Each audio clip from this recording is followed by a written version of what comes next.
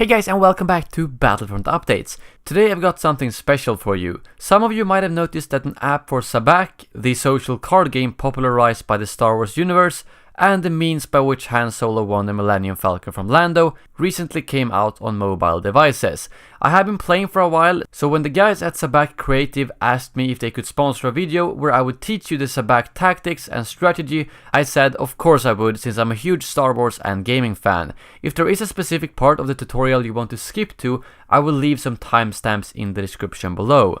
So, at the base of it, the game of Sabacc plays almost like a cross between poker and blackjack, with a few exciting twists thrown in. The goal of the game is to win the chips in the hand and Sabacc pots respectively, by accumulating a hand as close to, but not exceeding 23 or minus 23. The hand pot accumulates all the bets of the players over the course of the hand and is always won at the end of every hand. The Sabacc pot, however, accumulates over time with an ante from each player at the beginning of each hand and from various penalties. The Sabacc pot can only be won with a hand of exactly 23 or minus 23, also known as a pure Sabacc. Now, the first thing we need to go through are the different cards available in the Sabacc deck. In total, there are 76 cards in the deck, spread across 4 suits: staves, sabers, coins, and flasks. However, in a game of Sabacc, there is no practical difference between the suits, similarly to how there is no difference between the suits in a game of blackjack. For ease of explanation, I'm going to divide the cards between numbered cards, face cards, and rank cards. The numbered cards are numbered 1 to 11 for each suit, and their value corresponds to the number in the corner of the card. The face cards in each suit are similar to the ones in a normal deck. They consist of the Commander, value 12, Mistress, value 13, Master, value 14, and finally the Ace with a value of 15. The final type of cards available in the deck are the ranked cards. These special cards have neutral or negative value and are not part of any suit. There are 2 of each of these ranked cards in a full deck. The ranked cards consists of the Idiot, value 0, Queen of Air and Darkness, minus 2, Endurance, minus 8, Balance, minus 11, Demise, minus 13, Moderation, minus 14, the Evil One, minus 15, and lastly the Star with a value of minus 17. As you might be able to tell from these ranked cards, it is possible to have a negative hand in a game of Sabacc, but although I know this sounds very complicated, don't worry if you can't keep track of your hand, because the app will automatically display the total value of your hand at the bottom of the screen, so you don't have to count anything yourself. Negative hands win over positive hands with the same value, so if one player has minus 20 and another player has a positive 20, the player with a negative value will win the pot. Now over to the actual gameplay and how this game is played. As said previously, the goal is to win the chips in the hand and Sabacc pots by accumulating a hand not exceeding 23 or minus 23. At the beginning of every hand, each player pays an ante to the Sabacc pot, while the 2 players seated clockwise from the dealer pays blinds to start the hand pot. The actual gameplay then alternates between betting and trading rounds until someone calls the hand, which is called an Alderaan, at which point it's settled who has the best hand and the winnings are dealt out. To start off the first betting round, every player is dealt 2 cards. During this round you can either call, raise or fold. The action goes around the table until every player has either called, which means match the last bet on the table, or folded, which means give up to wait for the next hand. When the initial betting round is over, you get to the trading round, at which point you have multiple choices. You can either add a new card to your hand, trade a card from your hand for a new one, stand, that means take no action, or Alderaan, which calls the hand to determine the winner. You can, however, not Alderaan until the second trading round, so keep that in mind while you're planning your strategy. Those are the basics of the game, and it only takes a few rounds to get a hang of it, although there's a couple of more things you need to keep in mind. First off, we have the Sabacc shift. This is an event that happens randomly and causes a random number of cards to switch with each other, meaning that the great hand you just had could become a really bad one. To counter the Sabacc shift, you have what is called an interference field on the table in front of you. In this field, you can lock in up to 2 cards that then cannot be affected by the Sabacc shift. However, the downside of doing this is that you must reveal your locked cards to your opponents and therefore might also reveal your strategy. You can lock the first card during both betting and trading rounds, but the second card can only be locked during a trading round. Secondly, we have the bomb out and Alderaan bomb out.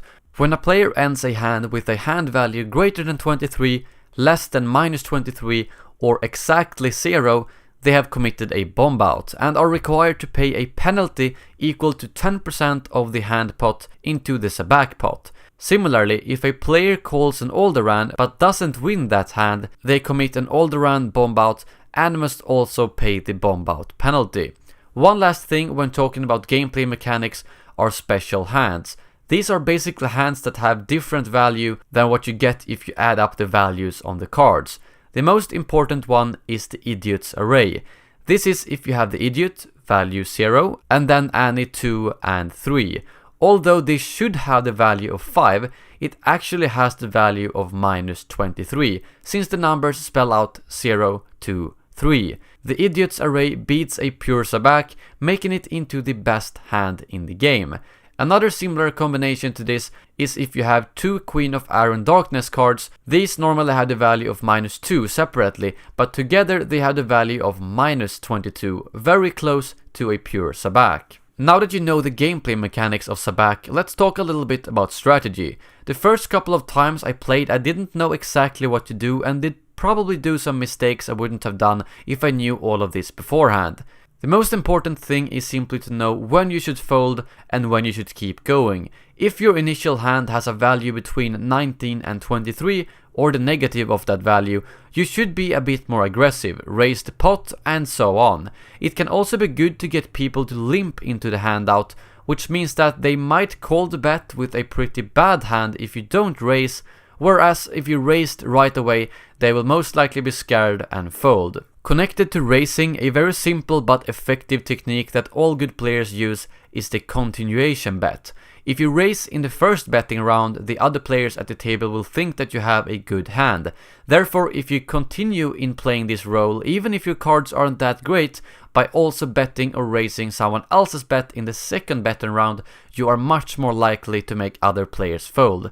This works especially well if you stand during the first trading round. Another important thing to keep in mind is that you can't Alderaan until the second trading round at the earliest, and also that the average value of a card in the deck is 4.2. This means that if your starting hand has a value of around 16 or 17, you can reasonably call a raise and then add a card to your hand and hope that you will land in the low 20s, which will give you a very good betting hand. This also works well if you're dealt a negative bomb out hand, meaning a hand that has a value lower than -23. Although that is not super common, it can be very good, as if you get a card that lands you into the low negative 20s, it will surprise a lot of players and you might beat them. To put it simple, since the average card in the deck is 4.2, you should always keep adding cards until you have a value of 18 or greater. Lastly, make good use of the interference field where you can protect cards. This can not only be used to protect your good hand, but can also have a psychological effect on the other players. If you have 3 cards in your hand, you have a higher chance of being hit by a Sabacc shift, so make sure to protect your cards. Sometimes bluffing might also be a good option. Let's say that you have an Idiot and a 2 in the interference field. Most people will think it's possible that you have a 3 on your hand, which gives you the Idiot's Array. So if you play more aggressively, they will be very cautious.